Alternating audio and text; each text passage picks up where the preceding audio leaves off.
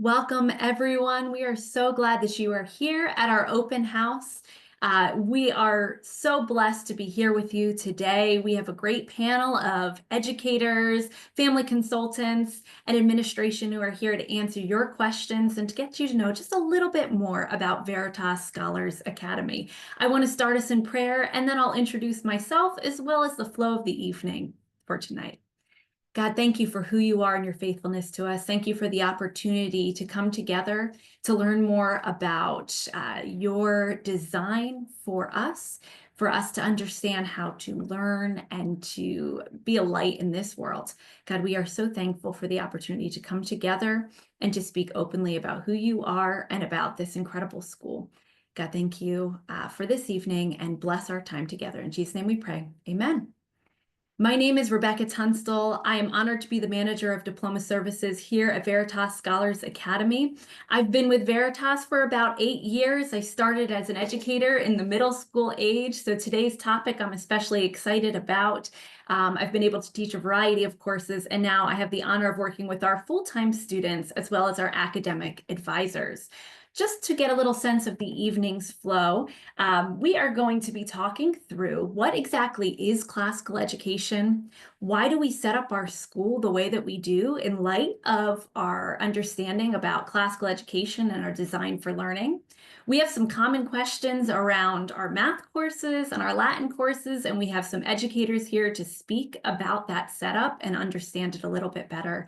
And then what are next steps for you? If you listen to us tonight, as we think you will, and you are excited about the prospect of learning more with us, we're going to have a family consultant here who also can help you. During this time, you may have questions that come up through this presentation. We invite you to put those questions into our Q&A pod down below.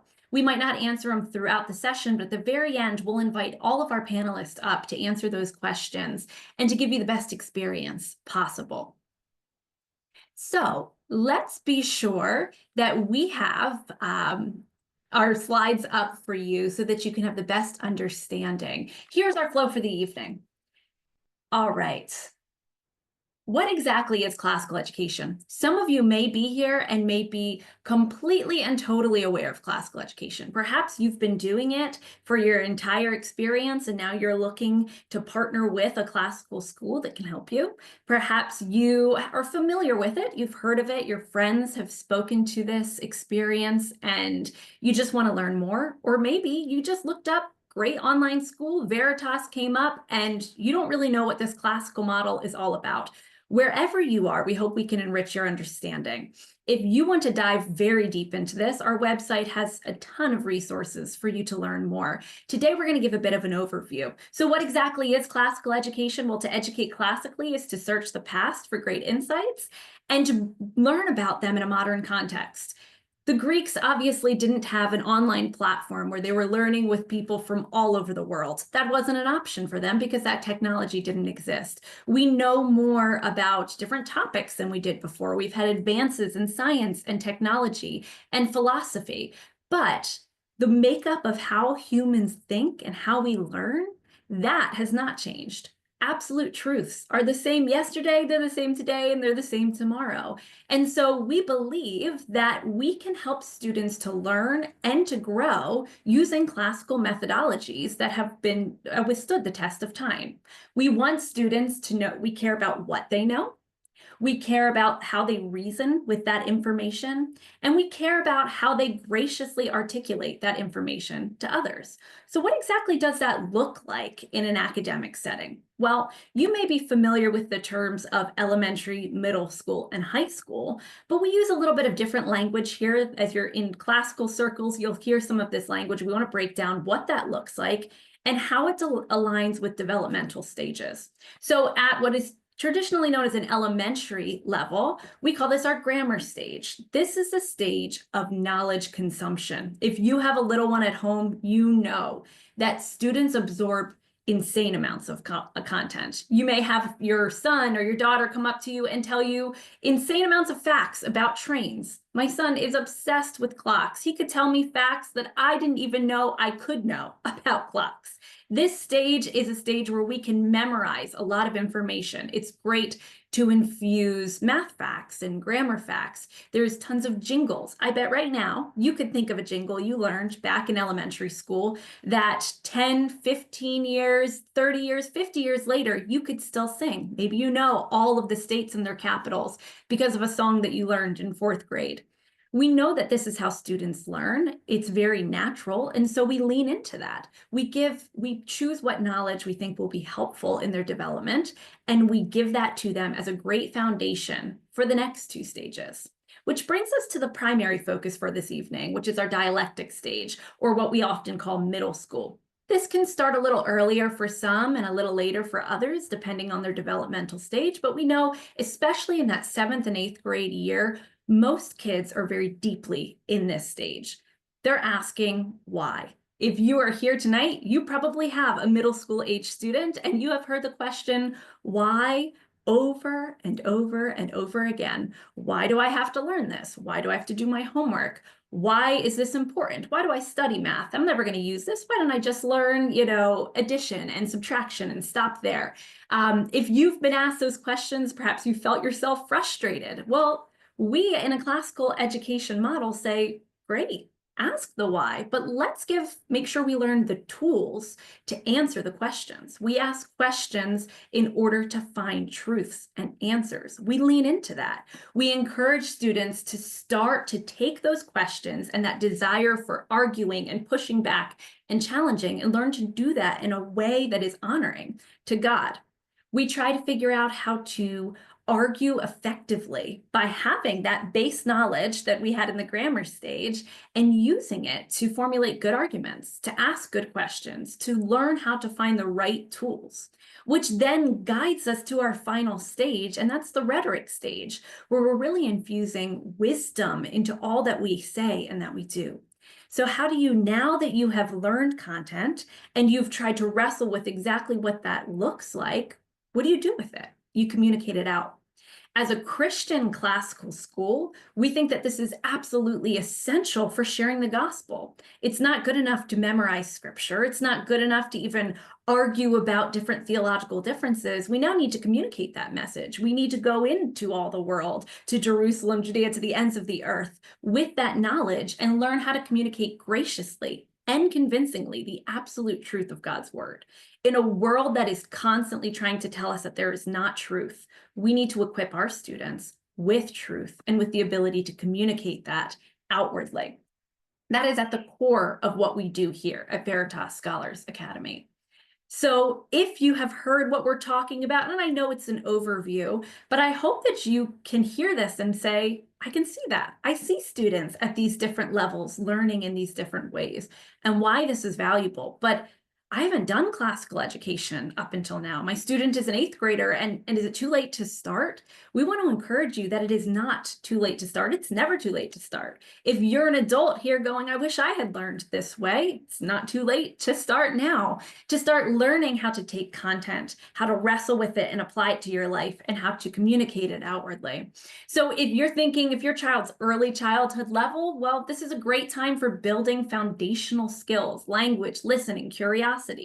If they're an elementary student that's here today, this is a perfect time to introduce classical concepts to just foster a love of learning. It's already set in their hearts to love learning. How do we help that to bloom and blossom in the coming years? In this middle school time, we want critical thinking skills. It is something that is an art that has been lost on so many because we don't stop to think critically about a topic and how to wrestle with challenging questions. At Veritas Scholars Academy, we do not try to shy away from challenging conversations. We face them head on so that we can approach the God's word and the truth of what's around us in a way that is helpful. Moving into high school, if you have a high school student and you're thinking this might be for them, this is a great time for them to start learning the skills of analysis, persuasive writing, diving deeper into their understanding. So any time is the time to join a classical education environment. We believe it is right for students. It leans well into the way that God designed them to learn. So if you want some practical application here. If you are here with a 7th and 8th grader, which we imagine many of you are, because that is why you've signed up for this particular session, you might be wondering, well, what would a student who joined a full-time program with you do on an average year? What would it look like? Well, if they're a 7th grader, you can see how English, literature, language, math, history, and science may function. The thing I want to highlight is you can see the or in almost every category. Grammar and writing transition or composition 1. Literature transition or omnibus. We highlight this because wherever you are, whatever your academic background is, we have so many options for learning that can meet you where you are. If you are feeling really overwhelmed, you're saying, I see Latin up here, and my student has never studied Latin before. Well, great. We have a Latin transition that will help your student learn to join our program and have a strong foundation for further Latin studies, for modern foreign language studies. We understand we have students coming to us who maybe haven't had classical education their entire experience. We believe in this model so much that we've done everything we can to invite students in with whatever background and experience that they have. Family consultants, our family consultant Karen is here tonight. She's going to talk to you here at the end and encourage you, show you the links that you can go to set up a meeting with a family consultant. They'll look at your background. They are experts in this. They'll see what you've studied. They'll see what your desires are moving forward, and they'll be able to create a plan with you. For 8th grade, we'll see some similar options depending on whether you're starting in 8th grade or you've been with us for a few years already. And you'll see some differences in what you study for science. And this sets us up for high school. If you want to learn more about the high school level, we have a session in May that's going to talk a lot more about that. And you can look at our website and talk to family consultants. So with that in mind, I want to turn this presentation over to one of our incredible teachers, Sarah Gavin. She's going to talk a little bit about middle school at Veritas Scholars Academy and how we have that structured. Thank you, Rebecca. My name is Sarah Gavin. This is my 7th year teaching for Veritas, and I am one of our Omnibus instructors. For the past couple of years, I've been teaching in Omnibus 5, which is usually an 11th grade level class, and Omnibus 1, which is usually a 7th or 8th grade level class. So I have a unique perspective on the ways in which we prepare middle school students for the challenges that are to come. So thinking back to that previous slide that Rebecca showed and all of the options that are on there. And then if you've ever gone and looked at the Veritas course catalog for the types of courses that you could sign up for at the middle school level, you'll probably make 2 observations. One is the number of options that Rebecca told about. And the other is that we have a lot of our secondary sequences starting at the 7th or 8th grade level.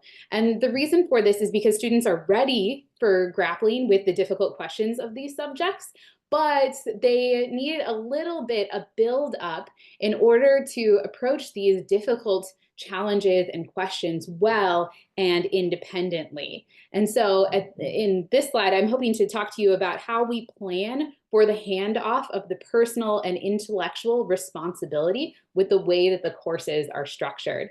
So regardless of what discipline or course curriculum that you've chosen, there is always an intention for the middle school teachers to take students along by the hand with their class time and assessments in view of what is to come. So they're not treating their course as an independent unit, but rather looking ahead in the sequence, thinking back where students came from in elementary school and ahead to where they might be going, whether that be senior thesis or calculus 2 or whatever final destination is there in their subject matter. But because it's middle school and we're kind of entering into that independent stage, taking more time to do this and stepping back and thinking, what do students need in order to be ready to handle those challenges on their own? And of course, this means that we're going to leverage their natural development stage by building those logic and critical thinking skills and teaching students not only how to use them, but how to use them responsibly.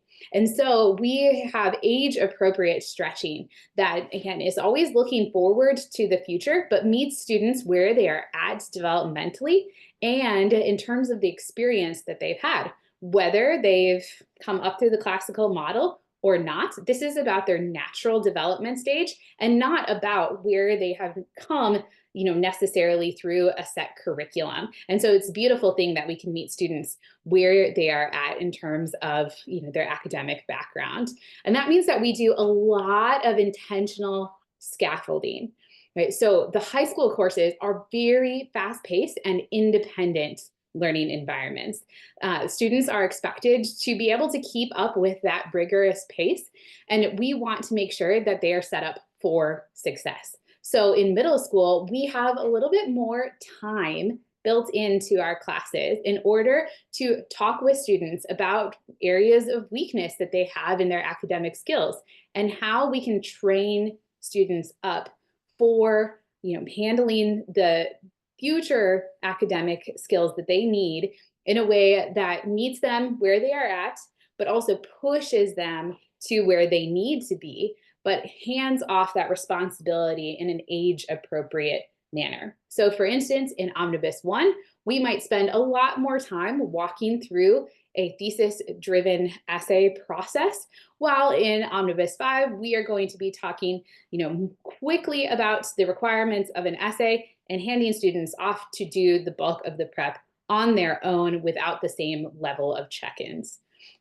And another thing that you would notice if you thought back to that previous slide or looked at the catalog are all of those curriculum offerings. While there might be a lot of extracurricular offerings in the high school level, in the middle school level, we have true different curriculums that families can choose from, as well as different levels as may be appropriate for their students, such as taking a transition course before diving into Composition 1 or an omnibus course right away. And the reason why we do this is because we recognize that families are coming from all sorts of backgrounds and that each child has unique needs. And so this means that our curriculum offerings allow families to choose whatever is going to be the best bridge from their elementary or lower middle school experience to the high school experience.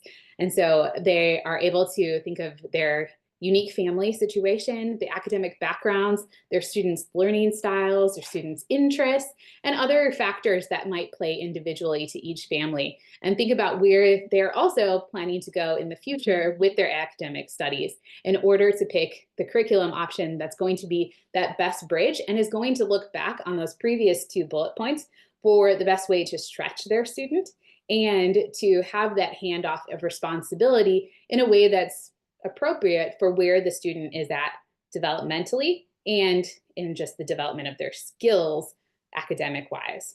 And then finally, there is just an absolute joy of learning in the middle school classes. I love to hear all of the other courses that my Omnibus 1 students are taking or they've taken in the recent past, to hear about the things that they are experimenting with in science or the concepts they're learning in math, and just making all of these connections.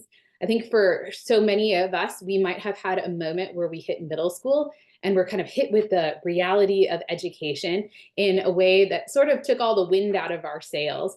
But that is not true of our courses at Veritas, that there is a joy in the age of the students that's reflected in the atmosphere of the class. Middle schoolers are fun. They ask why all the time, and it's so fun to meet them at that stage of development. And all the courses are designed to, instead of stifle learning, really capitalize on this new developmental stage that the students are in and cultivate that in a beautiful way that really makes it a wonderful community that nurtures students and prepares them for all of the things that life will throw at them, not just high school courses or maybe even college courses in the future, but everything. And it's really, really amazing to see that blossoming maturity in students alongside that blossoming academic skill. So we're always looking ahead, but taking the time to rest in the present where students are at and meet them where they are in order to help lead them to the next stage. And so I'm going to hand it off to Elizabeth Nelson to talk specifically about our math offerings. Thank you very much, Sarah. Welcome, everybody. My name is Elizabeth Nelson. I've been with Veritas Scholars Academy for 5 years now, and I, like Sarah, have a foot in middle school and a foot in high school. I teach Algebra 1 to the middle schoolers, as well as chemistry in the upper level high school with VSA.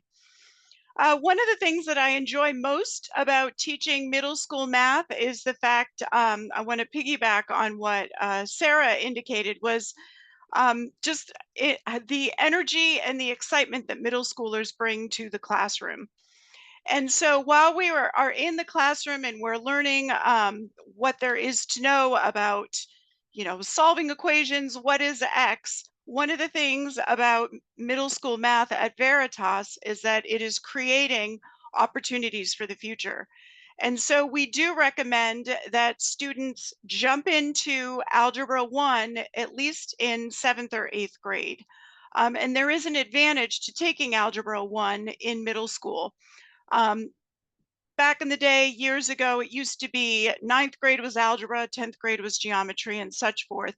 But we believe that taking algebra in middle school is just going to create more opportunities in the future. It's great for students who are already geared for STEM, and so they can just jump into algebra in either 7th or 8th grade and just hit the ground running. And then that enables them to work into higher level math classes once they get into high school. So if they can do algebra in middle school and then geometry in 8th or 9th grade and so on, then that opens up more years in high school for higher level math. Taking higher level math classes in high school as well also increases college readiness. And so one of the things that's advantageous about taking dual credit classes is that, well, it can slice off some of the cost of college. And so again, while you're in middle school taking algebra, we're looking to the future where there could be an economic advantage where you can take these dual credit college level courses like calculus or statistics. The other opportunities that arise from taking algebra sooner than later is also this idea of flexibility. If you can open up more time in the future, students have more opportunities to take electives or advanced courses or even extracurricular activities if Algebra 1 and pre-algebra is completed sooner than later. My favorite reason for encouraging algebra in the middle school years is the math science connection. One of the things that I've noticed with all of my algebra students is they are either in general science or they are taking physical science. And it is just a natural connection to learn all about algebra and be able to link it back to Newton's laws of motion, or be able to link it back to planetary motion, or be able to link it back to different discoveries in history. So it becomes this natural connection, this natural way to integrate the curriculums, if you will, between math and the sciences. And that just naturally occurs when algebra and, well, pre-algebra, algebra in 7th or 8th grade, and then geometry as well. Again, it just creates this natural connection where students will be able to solidify their knowledge. And as was stated earlier, the whys, the whys, the whys. And a lot of times when you can make this science connection, the whys are absolutely answered in a very satisfactory way. And so it has just been my pleasure to be with you this evening. And I'm now going to turn this over to Tony, who will talk about Latin. Hi, I am Tony Payne, and I am a middle school Latin teacher here at Veritas. And I know Latin is probably a daunting subject for many of you, but I hope to encourage you tonight why I think this is such a great subject for middle school students. As Rebecca said, we have a number of different courses to offer our middle school students. If your student's new to Latin and needs a more gentle approach, we have our transition courses. And if they're ready for Latin 1 and 2, and many of them are at that age, then we have some courses that will help prepare them for either high school Latin or taking another modern language or even Greek and Hebrew in high school. So what are some of the benefits of Latin? I think one of the greatest benefits is the integration that you heard Elizabeth talk about with math. It's so important during the dialectic years because the students are really starting to make connections. They want to understand more. And so it's fun to help them see how all of knowledge is unified. And Latin is a great way to do that because they're seeing it in their math classes, whether it's the language or the patterns, learning how to identify patterns like we do in Latin, or the words and the language of science. Logic is a big deal for our middle school students, and we use a lot of what they're learning in logic in Latin when we're translating. I usually bring up logic a lot with the students, and we talk about that in Latin.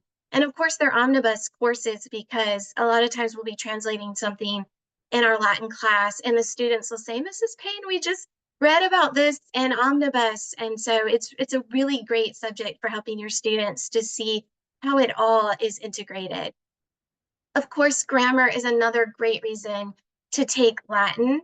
If your students have a really strong grammar, then Latin can really shore that up for them. Because a lot of times when they're learning English grammar, they are able to kind of intuitively understand parts of speech and syntax through the meaning.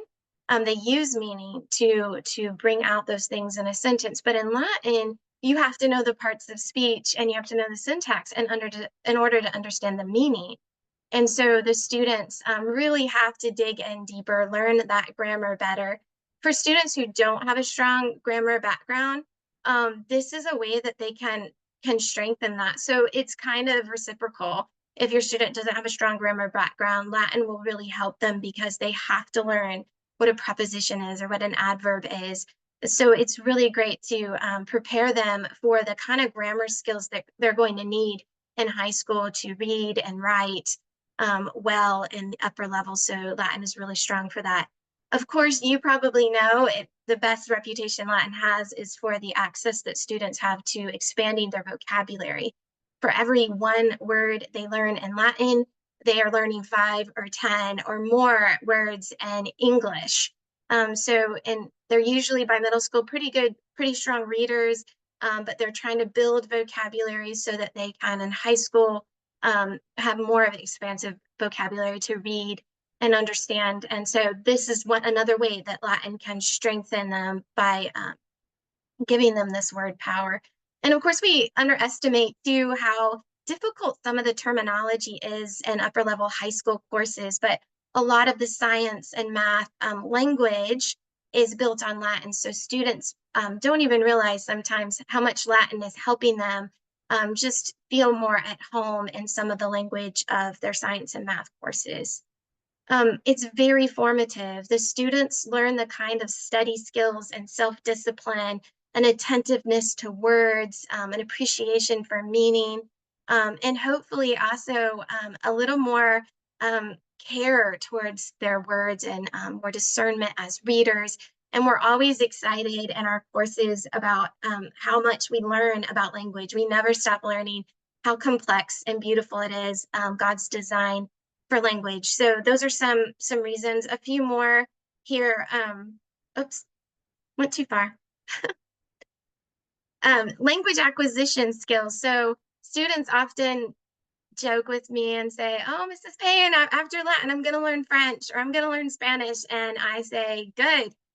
That's what I want to hear, right? That they'll go on and learn the modern, take a modern foreign language in high school or Greek, because Latin is the basis for so many of our languages. But we have some really great language courses at Veritas, and the students gain the skills. They kind of cut their teeth on Latin so that when they get to some of the other languages, they find them more accessible. I know for my own kids, when they took Greek at Veritas after many years of Latin, I was so excited how much they enjoyed taking Greek. And I was like, that is a gift from Latin, right? That you can now feel like I can understand Greek. I have this sort of ability here that makes it not just easier, but enjoyable to learn other languages. We also offer high school Latin reading courses. So by starting in middle school, the students have the advantage of taking some of our reading courses, and they get to translate some of the greatest works of history and literature and theology in the original language, which is such a privilege and really edifying. And the students learn these texts so well because they're translating them. I'm really thankful for the culture that Veritas creates here because it really appreciates the contributions of the ancient world. And we have this year at end of the year gathering, we had a theme of the ancient Greek world. We have mythology day. Sometimes the students can take tests and earn awards in mythology, etymology, and in Latin. So we're just creating a great culture through classical education that values the ancient world and its contributions, and Latin's a big part of that. So I hope that I have convinced you that Latin may seem a little fearful, but your students will love it. They will thrive. They will rise to the challenge. And the benefits of Latin will go on and on through high school, through college. It's worth the effort. Thanks. I'm going to pass on to Karen.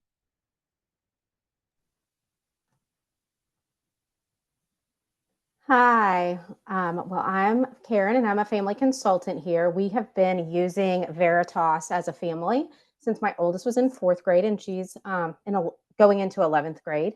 And so I just wanted to talk to you a little bit about how a family consultant can help you. So if you're looking at all of this and thinking, this sounds great, but I'm not really sure how do we get there from where we are, we will talk about how to integrate Veritas curriculum into your current learning path. Like, where can you go ahead and make the shift? Where might it be beneficial to wait and then make a shift? So customizing that academic plan for your student and for your family to get your student ready, whether that's as a part-time family or getting ready for the diploma program, or if you're ready to jump in. So maybe you're thinking, this sounds great, but we're behind in math and I'm not sure how to catch up. Or I see you have 3 different math programs and I don't know which one is right for my students.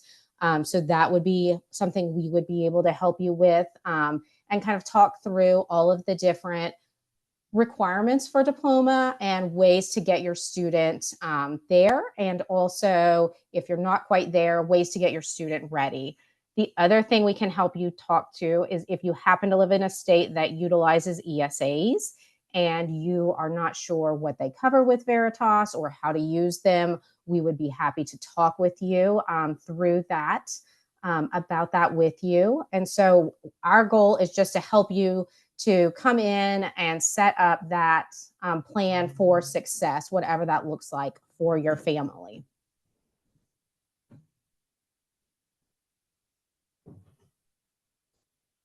And so there are some different stories that you can look at with Veritas and how our students have been successful, both current students and students that have graduated.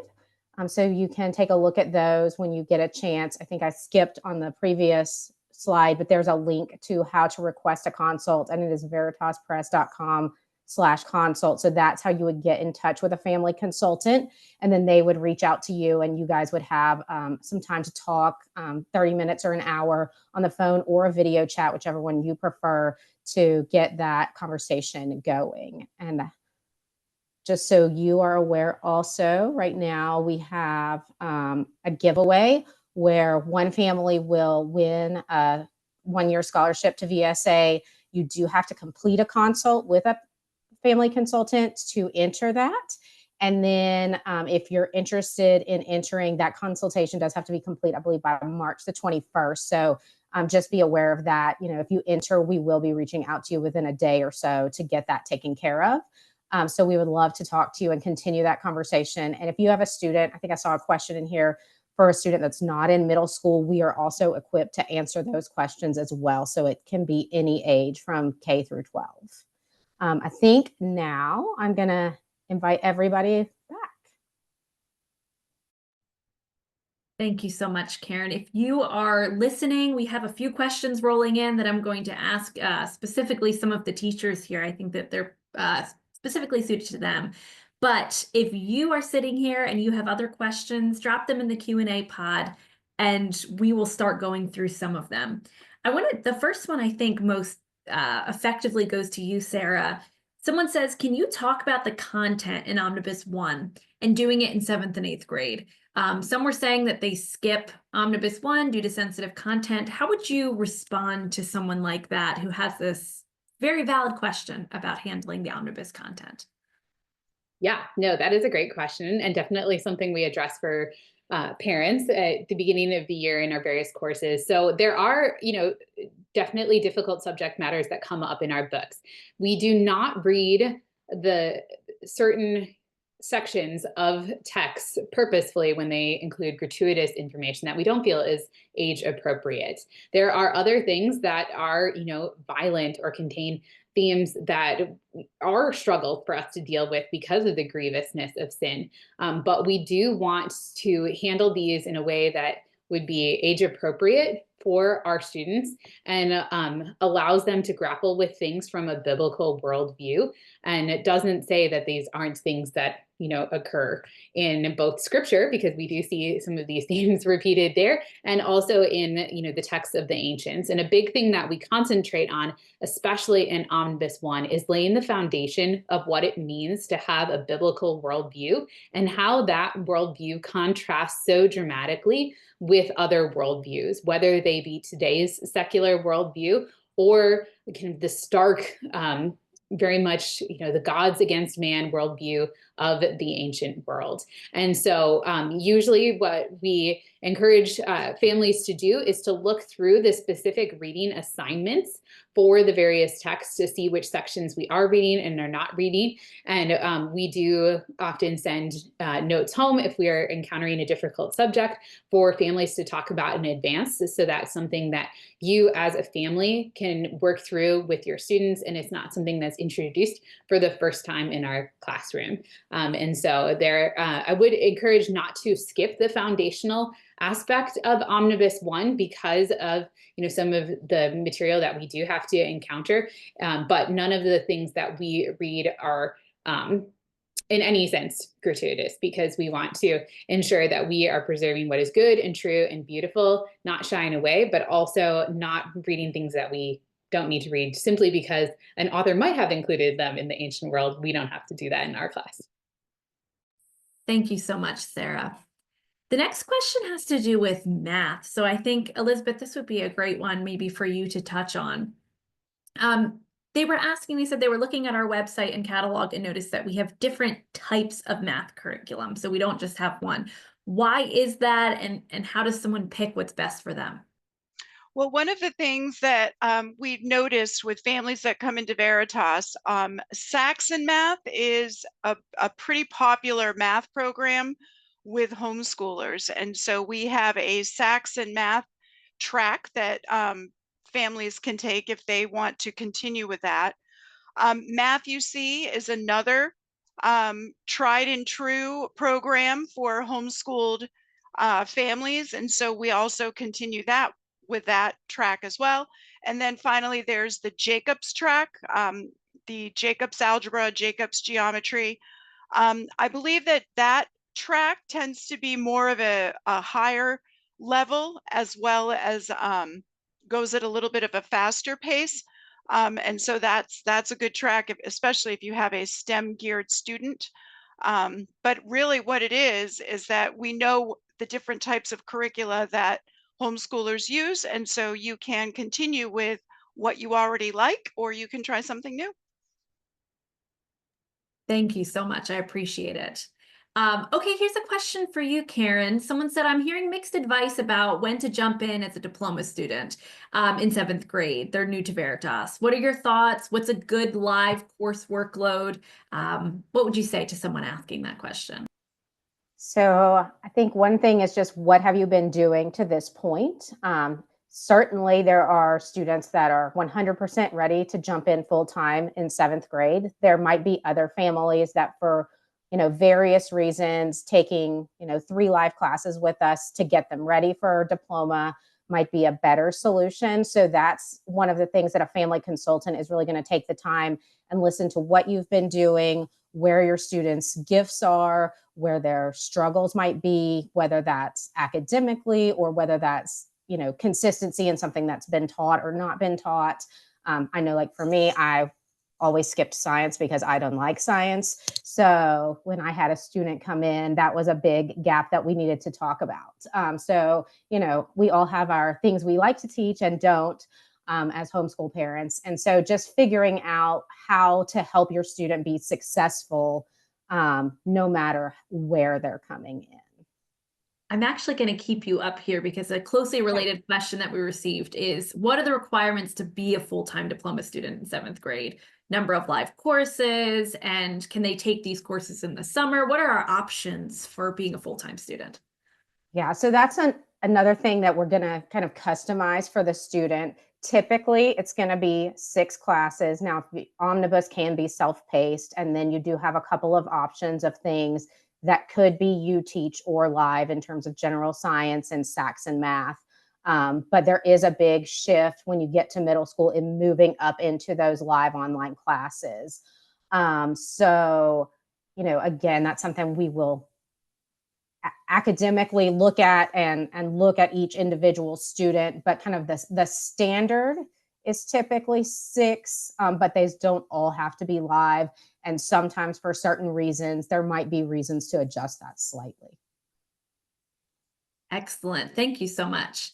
Elizabeth, this one goes back to you. It's a math related question. What if someone has never used Saxon or Math UC? How do they kind of jump into a program using a different curriculum?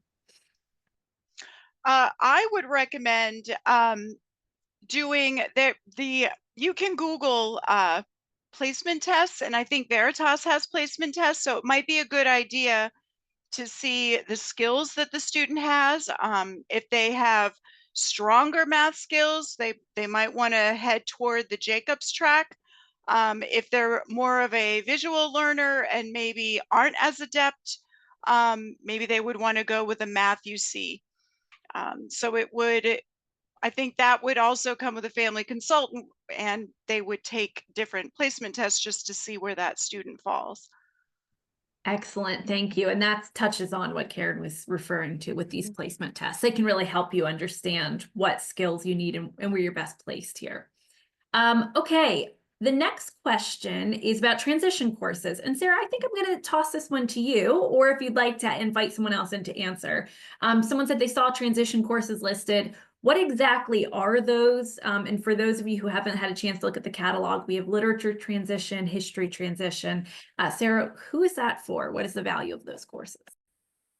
Yeah, so the literature and composition and history transition courses are generally recommended for students who are in 7th grade who aren't ready to jump into those secondary sequences that can begin as early as 7th grade. So for instance, instead of taking Omnibus 1, you might take literature transition and then history transition. Instead of jumping into composition 1, you would take grammar and writing transition. So the reason why we would recommend those is if you have a student who maybe is not used to the amount of reading, for instance, in Omnibus, that would be a good fit. Or it could just be that they would need to develop some responsibility in terms of independent workload execution. And so a number of families that I've talked to from family friends who are trying to make the jump from a different educational system into Veritas have, kind of relayed what their students have been doing in previous courses, what they're used to in terms of reading, and also what they're used to in terms of discussion. And the transition classes are so beautifully constructed to help guide students in, so that if they are not ready to jump into those courses yet, or they want to just stretch things out for their family to have it be a little more time before they go into the fast pace of some of these other courses, that they have that breathing room. And the families that I've talked to that have chosen to do the transition courses have loved them and haven't regretted making that option. Thank you so much. This other question I'm going to amend just slightly and turn it over to Tony. But the question was, what's the best thing I could do for my upper elementary student to prepare for middle school? I know you've heard us say this many times, but family consultant would be where I would say for this. But I want to amend it to say, what about a student who's never done Latin? They're in upper elementary, 4th, 5th grade. What would you encourage them to do in preparation for middle school level Latin?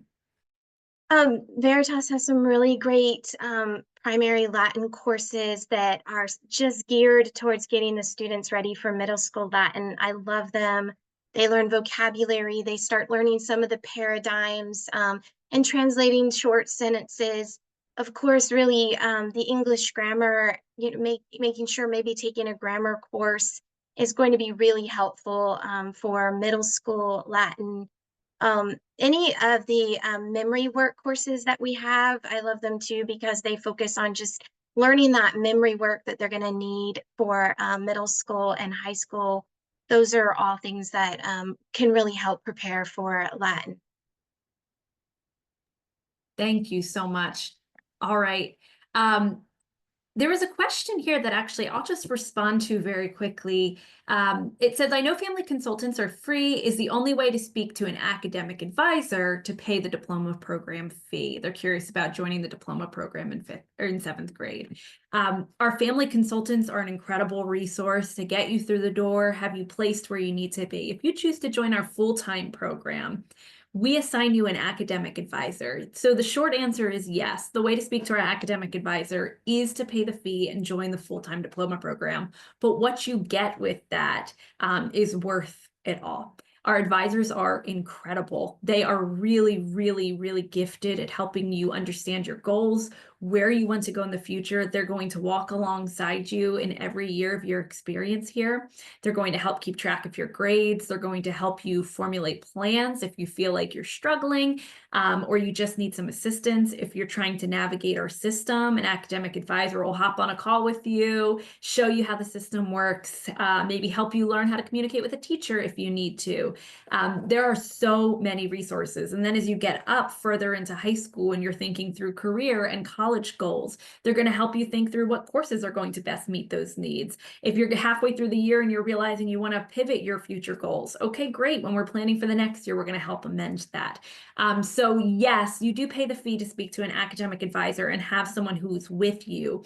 You get 12 hours with that of their time and constant monitoring from their end. So it's worth it. But speaking to a family consultant is a great first step to understand if the full-time program is right for you. And so that you can really understand what the best next step is. Which, Karen, I do have another question that is catered to you. This person is asking, they have a daughter going into 10th grade. We focused more on the middle school, elementary level of joining, but if we have someone here who's interested in joining maybe 10th, 11th, past the traditional beginning stage of high school, what do they do? How do they start? Is it too late for them to join VSA? So I'll say typically not, although there are some caveats when you're coming in with high school credits. If you're coming from private or public school, we just look at your transcript, see what you've completed, kind of make a plan and get that plan approved. If you are coming from a traditional homeschool, we will look at what you've done. We will talk about what your students' goals are. We will see, how can we get them there? And so it is kind of handled on a case-by-case basis when you do have a student that's coming in, especially in 10th or 11th grade. But there usually we can find a path to the diploma program, even when you're coming in that late. Awesome, thank you. And if you had the recording from a previous session, you can see that on our website. We talk a little bit more about what that looks like too, our different tracks and options available. Okay, let's see. We also we're currently doing classical conversations for their upper elementary student. Is there a placement test for Latin? Yes, there is a placement test for Latin. We can help you. Again, that's where a family consultant is going to be incredibly helpful to help understand. Most of our family consultants, no, all of our family consultants are very familiar with classical conversations. It's not an uncommon path where students come to us with that background, and they can really help you understand how that places and how that translates to Veritas. All right. As I'm looking at our question sheet, I think that we have answered most of those questions for you today. I'm sure we know that many, many more than who were able to attend tonight signed up and are going to get the archive for this. Reach out to a family consultant and ask the additional questions you have afterwards. They are excited to talk to you. They are parents who have been there. They are very familiar with our school, and they want to help you. They're excited. They care deeply about getting families into our school because they believe in the mission. We're thankful that you're all here or that you are watching the archive, and we look forward to the opportunity to speak to you more. Have a wonderful, wonderful evening. God bless.